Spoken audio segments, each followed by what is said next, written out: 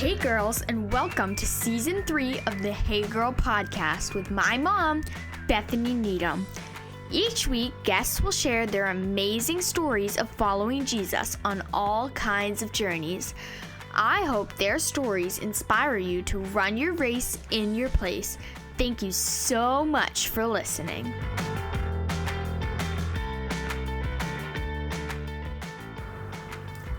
Hey girls, and welcome to a way overdue episode of the Hey Girl podcast. Right out the gate, I just feel like I need to own it. I failed miserably. Not only did I fail miserably, but it's like the worst kind. I basically led you all up to this like big reveal and then never recorded the update. Andy's here with me. Good morning. You have given your tribe the silent treatment. You don't know what that's like. No idea. Never had that happen in my life.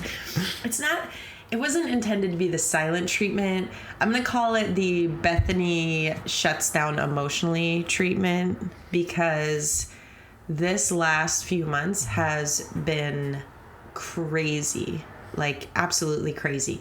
Of course, I say that, and then anybody in our lives that know us pretty well will probably say your lives are normally crazy, which is fine. That's fair. But this is it. Finally, it's taken all this time, but we are here to give you the update on all of the happenings in not just the Needham family, which that's really only semi-interesting, but also to let you know what is going on with the Hey Girl podcast. It's not over. It is not over. We're not dead yet. No, there are things to come, but Bethany went on strike. She's been demanding more money from me for this free podcast, and I had to explain to her how the world worked. Yes, I want more money. Just some money. Just kidding. Not really.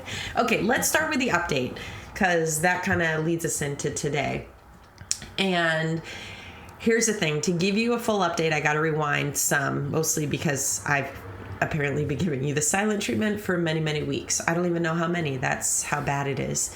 But this kind of goes back probably before March, but I'm going to start in March, because March was that moment where the tension, I would say, hit the scale that we're like, okay, we've been praying about this. We've been thinking through life, what it looks like, and it's time to actually make a decision. And so in March. Well, what was some of that tension? Oh, I'm getting there. Okay. I'm leaving them. I really like to leave them hanging and then come back like 7 weeks later. We like to leave large gaps in information so people can assume the worst. The worst possible. No. Fill in the blanks. It was a lot of good things. What do you think happened? Listen, no, just kidding. So in March, there was a lot going on. And one of those things being, I think most of what you guys know, I was working at the time full-time for Chick-fil-A. Our kids, Josiah and Mercy, I actually don't know if I've ever said this on the podcast, but they go to 2 different schools. So we had our son Josiah going to a private school that was amazing, but also required us driving back and forth each day.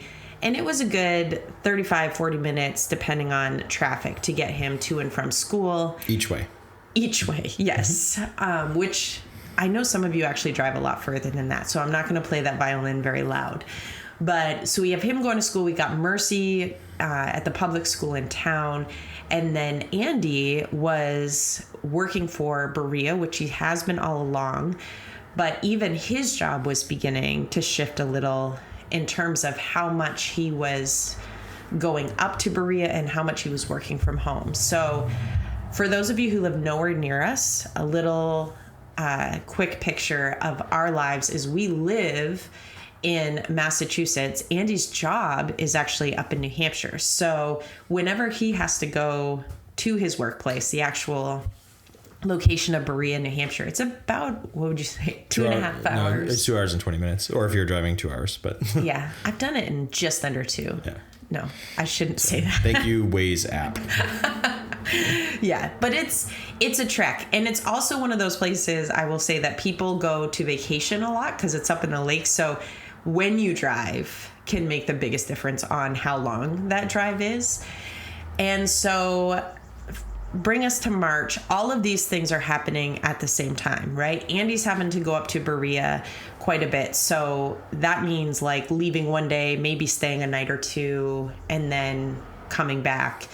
I'm working, how many hours was I working at that point for Chick-fil-A? It was significant. A lot, yeah. I mean, and it was a job where there was not a lot of boundaries. Some of that your fault, but some of that just the nature of the beast.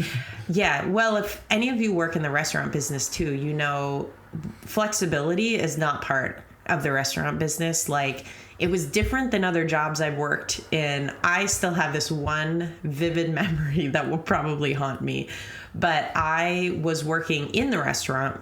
We referred to it as working on the line, meaning I'm behind the counter, I'm doing my thing, which was not the whole part of my job. But this day, I'm sure we had multiple call outs. That's also part of the business. And I was filling in. And the thing about the restaurant business is it gets crazy, crazy busy, and like literally 3 hours will pass and you don't even realize. And this was one of those days, and it was so busy, like you can't even, and you shouldn't be checking your cell phone while you're working in the restaurant. That's breaks so many codes and everything else. But even if I wanted to, I would not have been able to glance at my phone because it was just go, go, go. And Andy actually stopped by for something which triggered my brain to realize, oh my goodness, I left my kid at school. And I remember it was like towards the end of the school day, I was supposed to be picking up my son from school and like wasn't planning on being on the line. It just craziness. And luckily Andy is a saint. And I just gave him this look of panic and was like, I can't leave. I need you to go get him. And that was actually probably a moment for me where I was like, this isn't going to work long term. Me doing this kind of work, being able to keep up with our kids' schedules at school, to and from school, sports, everything else. And then it was great in that moment because he was home. But there were days when you would be up at Berea and I was sometimes having to call my mom or a friend and like call in every favor to make sure everyone was where they needed to be. Well, let's hit the pause button on one thing though. Two things that need to be said. One is part of this decision was the seasonal life our kids are in. Like we can do anything for a season, but like, hey, like we only have a few more summers with our kids at home for sure and that kind of thing. So that was a huge part of the conversation. The second thing is Chick-fil-A, I think it was a provision in a lot of ways for our family. It also was just for you, like a reboot of like, you know, getting into a leadership seat. There was a lot of good that came out of that. So it wasn't, there was a lot of crazy and it wasn't sustainable, but it wasn't like this was like an unmitigated disaster all the way through. It was kind of just looking at the horizon line, like, hey, is this how we want to live our lives for the next 5 years? And the answer was no. A big yawn and then no. Yeah. And I would say that was where we kind of came to in March. I loved my job at Chick-fil-A, loved the people that I was working for. And that made it difficult to think about, okay, this might not be long-term. Definitely does not seem like this is going to be sustainable. And then for Andy, his work started picking up opportunities through Berea. And maybe you can talk a little bit about that, the decision to kind of press in even more there. Yeah, I won't say a lot about it, just that was definitely at a point of like, okay, is this the next season of ministry for me? Which I've loved the time at Berea and had no qualms about it, but just like, okay, what's this next season look like? And it was great because I feel like God really said, no, I want you to really not just stay, but double in and really bring some leadership and go into some things that'll be challenging for you and lead a different way. And there's some organizational things that were shifting that provided those kind of opportunities. And so it's pretty exciting. And we have a great team. We're hiring some more people. There's a lot of moving parts to that. It's a little nuts, but if you're looking for a job. Yeah. That's right. So the way I've described it to a lot of people is I've gone from needing to be at our central office like once or twice a month to being there once or twice a week. And so that's where the sustainability factor of the distance was just really prohibitive. At the same time, as we started discussing moving all the way north didn't make a lot of sense either, because my job still is to connect with our churches, pastors, ministry leaders, and most of those live Connecticut, Massachusetts, Southern New Hampshire. And so we wanted to be able to find a location that gave us some flexibility. And then there's some other things coming down the pike for our organization where we may end up with another office location. So it was a lot. There's, again, just hopefully you just get the picture. There's a lot going on there, but we're really excited about what's ahead. And then we had to broach, we have my parents that live with us, which has been a huge blessing to us and hopefully to them. And we had to kind of walk through that. And there's family that live nearby. And, it was just, I was joking. We joked a few times about, remember when we were like newlyweds and we're like, hey, let's move tomorrow. And we just like packed our 5 things in our car and we just drove. And nobody cared. Nobody cared. Like who cares? Go. Yeah. No, the Needhams moved. I mean, I think we moved 9 times in our first 11 years of marriage. Oh, yeah. Yeah. Maybe even our first 10. I feel like it was a lot. Yeah. And so this has been 5.5 years since we bought this house. Huge step of faith. It was a stretch for us. There's a lot to it. And there's a lot of emotion even in this home. Great memories and a huge provision of God for us to have it. So it was just not... it felt heavy and it felt big. And then there's a lot of people that, we have our life group and our church and our friendships and baseball teams and... all those kind of things. So there's all those layers to it. And, even being you're in your mid 30s, I'm in the late 30s, but being in that season of life, like, hey, spoiler alert, starting over and making new friends and picking a church, which we've literally never picked a church before. It's like all the things. So, that was, all that was in the conversation. But then we finally just were like, okay, we can't cycle. God is obviously, he's stirring this holy discontentment. He's leading us to something new. We need to walk into that by faith. We can't become risk averse. That's never been our MO. And we need to just kind of learn to lead through it and see what God's going to do. Which I will say was the thing that surprised me most is for all of our marriage up until this point, I've always not prided myself, but definitely felt like I'm an adventurous. I love, trying new things. And whenever the idea of moving has come up, I've never been the one that's like, no, I don't want change. And this is the first time that as we began to talk about this, that I actually had a lot of mixed feelings. And I probably was as much like, I don't know, this is huge. And I think some of it is, even though we've only been in this house 5.5 years, like this community, we've been here now 11 years. And the idea of changing all of that, because all of our moves within the last 11 years have kept us in the same church, the same community, like nothing major. And this is the first time since we came here that we were talking about, okay, I think God is calling us into a completely different chapter, new community, like you said, new church. It was a count the cost and hey, there is a cost. Like this is not, and that was even the thing with our family. To talk through is like, hey, we feel like this is what God's calling us to. There's lots of upside, but it's not like the pro con chart is all pro. Like there's cons to this. There's negatives to this. And yet we think that this is what God's calling us to do. So, yeah. So, March, we made the decision it was really like a decision to, we're actually going to start stepping into this. 'Cause up until that point, it was a lot of, let's just talk through all the variables, what could be. And so we started taking those steps. And that was everything from conversation with your parents, conversation with our kids, with our really close-knit community here. We've been part of a life group for a number of years, talking with them. And then began all of the fun of what does listing our house look like? We live in a 1707 colonial. Well, and we had done a lot of work to the house, as many people who's been a part of our sort of network know, but we also had got to the point where like the last few projects that were sort of left on the list were like the big ones. Big projects. Like bathrooms, kitchens, etc. So we went in and we went nuts on our house and did tile and countertops and didn't have a kitchen for 3 weeks. And it was...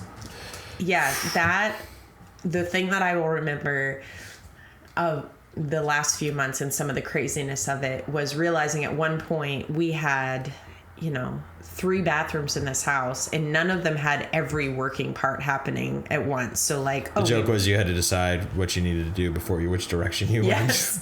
Do you need a sink? Do you need a toilet? Do you need a shower? Because that will determine which bathroom you actually go to, because things were just gutted. And we did a lot of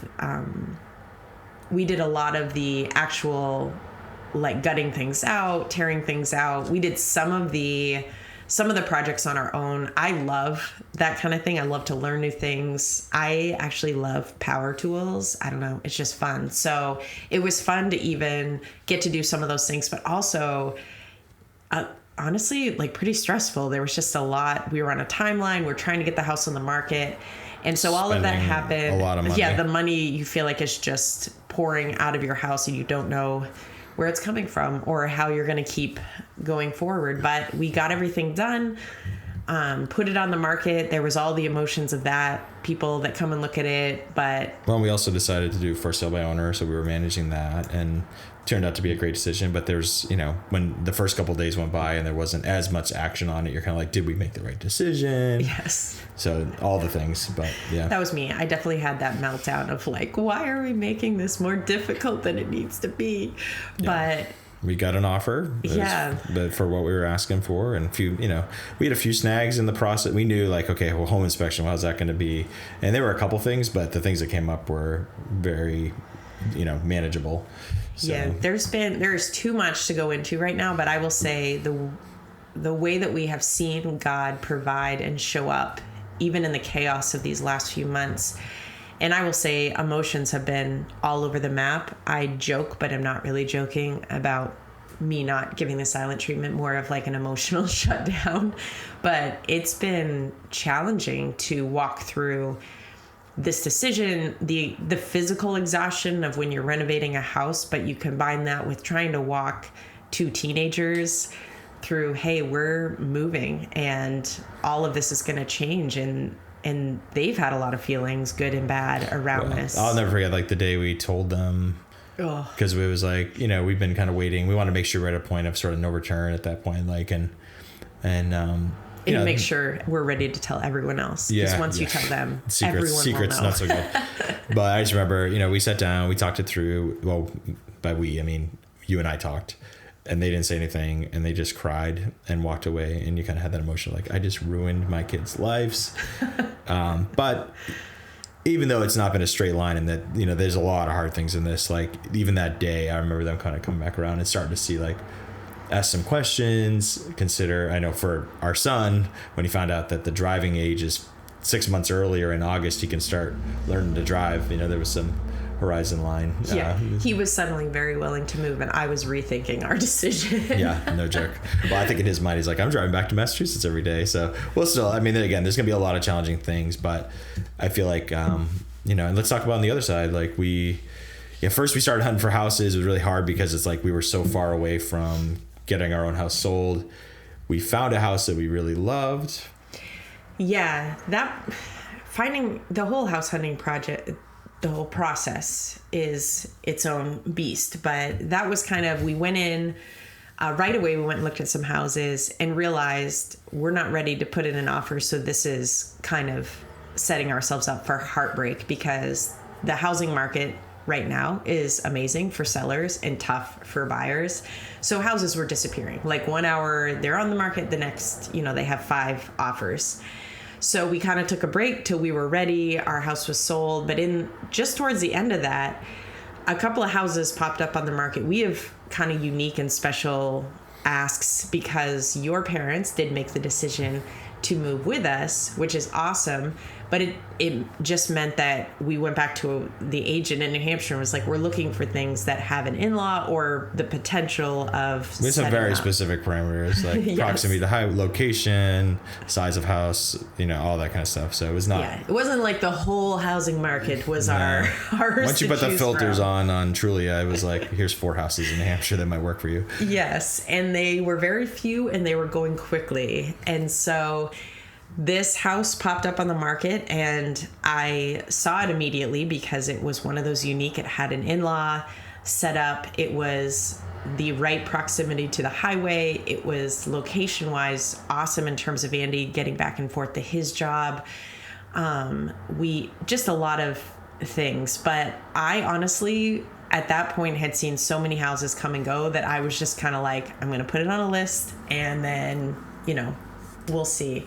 But fast forward through all of the weeks of us renovating, selling our house, getting to the point where we were under contract, God held that house for us. Yeah. And we were able to, we had an accepted offer. We're under contract now with this house we're super excited about.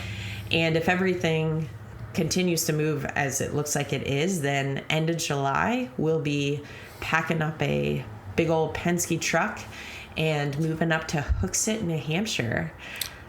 Yeah, I think one of the biggest takeaways, and even now, like there's still things that could, I think we're pretty confident this is what God has, but it could go a different direction. It's like, it's been a great process just to realize like throughout it's like, okay, what's the next right thing to do? And to hold loosely to the outcomes. Like every step of the way, you're like, okay, let's do this work of renovation. Did we do the right renovations?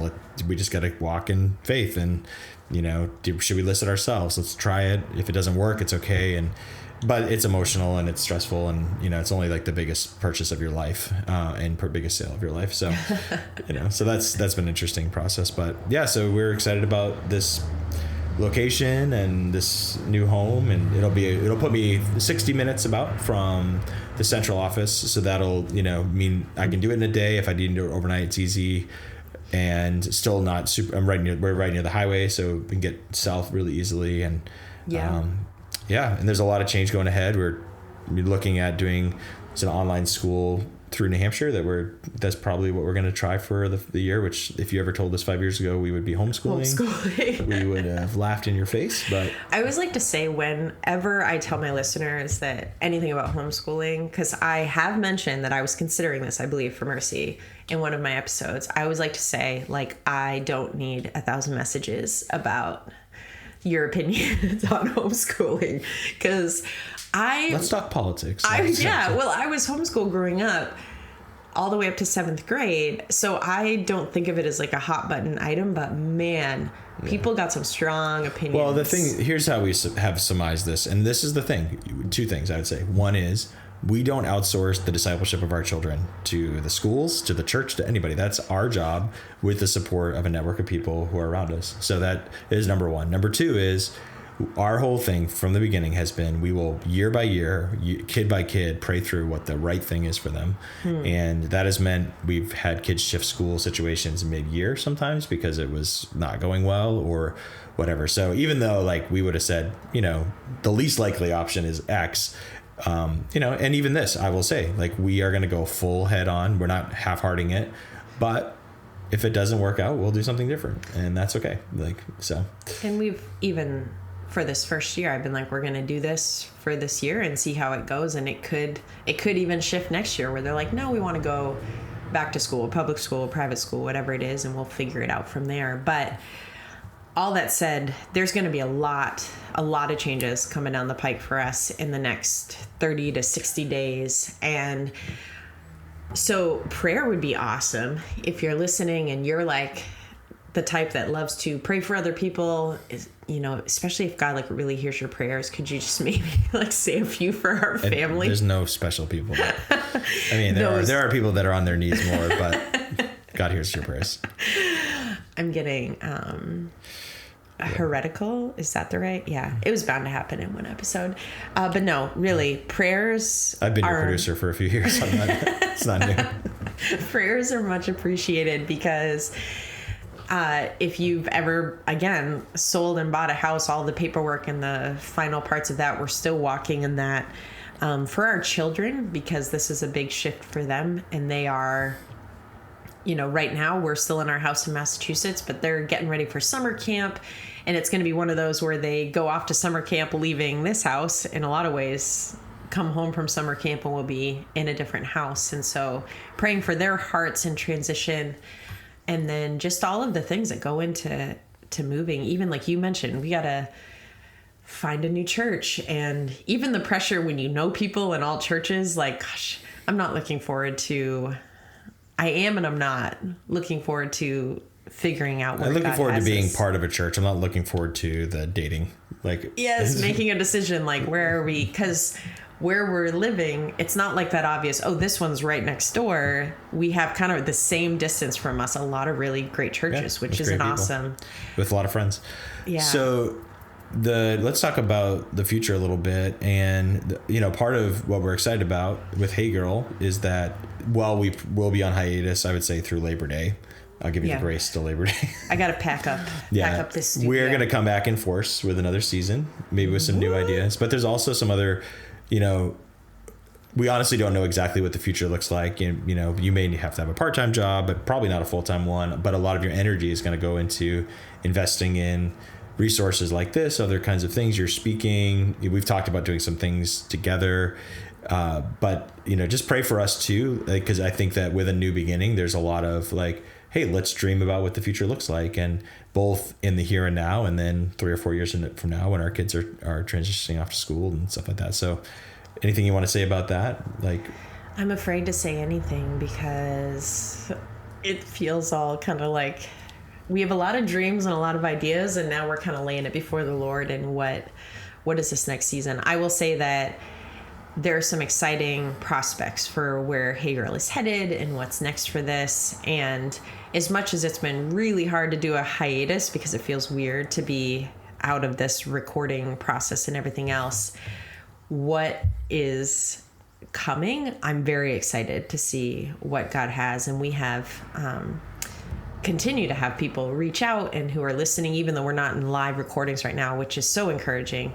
And yeah, I am pretty pumped, but I will say it's going to be good to take this break while we pack and move to kind of reset. And it's going to be a new season. I mean, going from working full time to being home with the kids and doing the homeschool thing.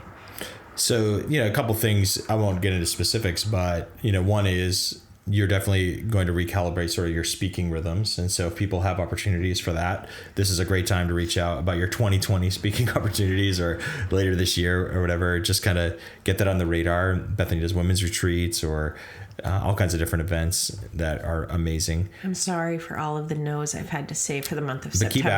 Keep asking, and we'll, that's going to be a new part of the horizon. And I would personally love to see Bethany. She's done a lot of regional speaking, and we'll continue to. We love New England. We're going to keep pouring in here. This will be our primary. But if you're a Hey Girl listener from another part of the country and you want to bring Bethany out to be a part of something, this is your chance. Like, hypothetically speaking, Hawaii has a women's retreat. Yes. They need Jesus. Sacrifice for Jesus. And then we've also talked, and we don't have specifics at all on this, but we have had a burden. This fall, we're going to hit 17 years of marriage. And how do we, whether it's people who are young and married in ministry or just young and married, like how do we pour into we've had a lot of people pour into our lives, been great mentors and resources through a lot of, if you've listened to Hey Girl, it's not been all roses and rainbows. How do we become people who cultivate that forward into other people and create experiences, and really through failure and grace, the things that we've learned, how can we pour those forward into other people? So that's another thing that we're talking about doing, and, maybe even doing some getaways with other folks and that kind of stuff. So we'll see how that develops. But also my future dance career and rap career. Those are flags and tambourines. Just like your Grammy. Have you ever told them about your grandmother? My grandmother, the pastor? Yeah, she was a Pentecostal. I haven't gone into or talked about it a lot, but let's just say I didn't really get to know her because she passed away when I was 1. I am named after her. My middle name is Faith. That was her first name.